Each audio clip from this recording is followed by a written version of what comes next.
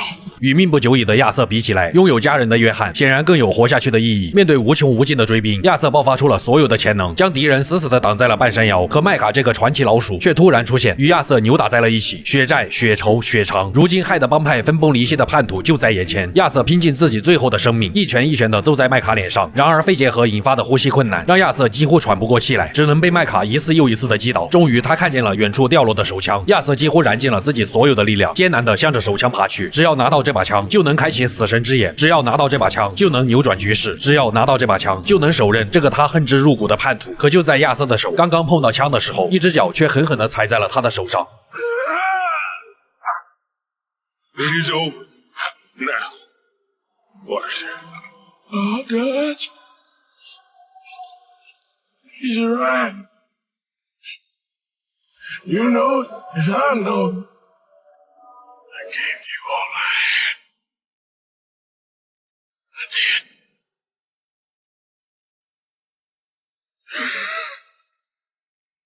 达奇就这样离开了，他再一次抛弃了亚瑟。奄奄一息的亚瑟爬到了悬崖边，伴随着黎明的日出，他的呼吸逐渐平静。亚瑟·摩根在自己生命的最后一段时间里，尽可能帮助了需要帮助的人，他完成了自己的救赎。一转眼，时间来到了数年之后，约翰带着艾比盖尔和杰克在草莓镇附近的牧场做起了一名工人，过上了每天挤奶产奥利给的养老生活。可平凡的日子没过几天，约翰就被仇家认了出来。幸好约翰及时安抚好了仇家的情绪，但儿子杰克却受到了惊吓。加上这几年他们一家人总是过不了几天安稳的生活，就会有各种麻烦找上门。艾比盖尔难以忍受这种颠沛流离的生活，于是他带着杰克离开了约翰。这件事让约翰意识到，也是时候给妻儿一个安稳的家了。由于之前约翰帮助牧场主解决了不太礼貌的本地帮派，所以牧场主帮助约翰向银行申请贷款，买下了黑水镇附近名为比彻之院的牧场。值得欣慰的是，约翰不仅有了自己的牧场，昔日范德林德邦的大叔以及性格沉稳的查尔斯也和约翰在时隔多年后再次重逢。在他们的帮助下，约翰完成了牧场的建设。为了庆祝牧场的完工，约翰给艾比盖尔写下了一封真情流露的信，三人因此还喝了个酩酊大醉，仿佛又回到了当初帮派举办篝火晚会的日子。后来约翰遇到了成为赏金猎人的沙迪，为了偿还银行贷款，约翰兼职起了赏金猎人，生活也正式步入正轨。不久后，收到信的艾比盖尔带着儿子杰克回到了比彻之院。约翰趁这个机会准备弥补一下艾比盖尔，他带着妻子前往照相馆拍摄了他们人生中的第一次结婚照，第一次看了一场电影。最后，约翰在浪漫的氛围下拿出了当年亚瑟送给玛丽的戒指，在湖边夕阳的映照下完成了对艾比盖尔的求婚仪式。这一刻，他们终于过上了亚瑟最希望过上的平凡生活。但有些仇注定是要报的，有些债也总归是要还的。而这一天也终于来了。经过了这数年的搜寻，沙迪终于发现了麦卡的下落。得知这个消息的约翰毫不犹豫地进屋整理装备，纵使艾比盖尔百般阻挠，也无法影响约翰想要为亚瑟复仇的决心。就这样，约翰、查尔斯、沙迪三人向着最初的雪山疾驰而去。在草莓镇，他们抓到了麦卡的手下，逼问出了麦卡的位置。三人再次马不停蹄地向着雪山赶去。果不其然，前往雪山的途中都是麦卡的极端手下。查尔斯与沙迪在大量敌人的阻拦下，相继身受重伤。带着复仇的决心，约翰不断向着山顶杀去，没有任何一个极端分子能够阻拦约翰的步伐。终于，他们不仅找到了麦卡，还成功将其控制了起来。可就在这关键时刻，同样失踪已久的达奇却突然出现。麦卡则趁这个机会挟持了沙迪。原来沉寂了多年以后，达奇又和麦卡再度合作，拿回了当年黑水镇那一票的钱。面对现在的处境，约翰只能一遍又一遍让达奇想想亚瑟，想想他们这么多年的付出和情谊。或许是时间让达奇清醒了一点，又或许是出于对亚瑟的愧疚，达奇抬手便向麦卡扣动了扳机。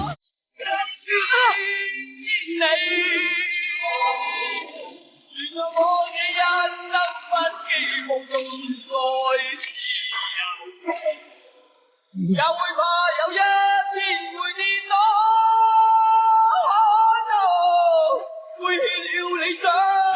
如今大仇终于得报，一手造成了这一切的达奇只是默不作声地看了一眼约翰头上那顶属于亚瑟的帽子，便离开了这里，并将黑水镇那一票的钱留给了约翰。一行人回到家中后不久，约翰就与艾比盖尔完成了结婚的仪式。查尔斯和沙迪也在不久以后相继离开了牧场，各自开始了新的生活。而约翰一家也终于过上了安稳的日子。和当初那个与米尔顿一起的极端侦探罗斯，也顺着蛛丝马迹找到了约翰的牧场。或许约翰向往的平凡生活也只是暂时而已。在狂魔多次游玩了《荒野大镖客2》以后，感觉亚瑟·摩根对我的意义已经不像是一个游戏角色那么简单，反而更像是一个认识多年的老友。我也会像约翰一样，虽然不会时常提起他，但或许会时常想念他。亚瑟·摩根的救赎已然完成，但约翰·马斯顿的救赎却才刚刚开始。我是修边狂魔，咱们下期再见。